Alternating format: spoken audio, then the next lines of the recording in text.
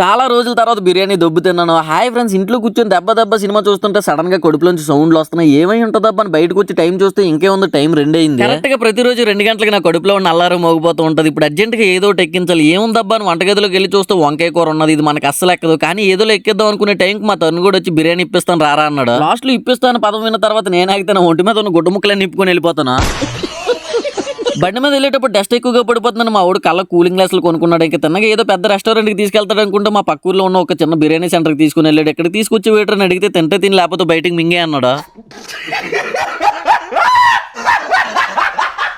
అంత మాట అన్న తర్వాత సిగ్గు సర ఉన్నాడు ఎవడన్నా అక్కడ ఉంటాడా, కానీ నేను ఉంటాను. ఎందుకంటే మనకి ఏం లేవు కాబట్టి.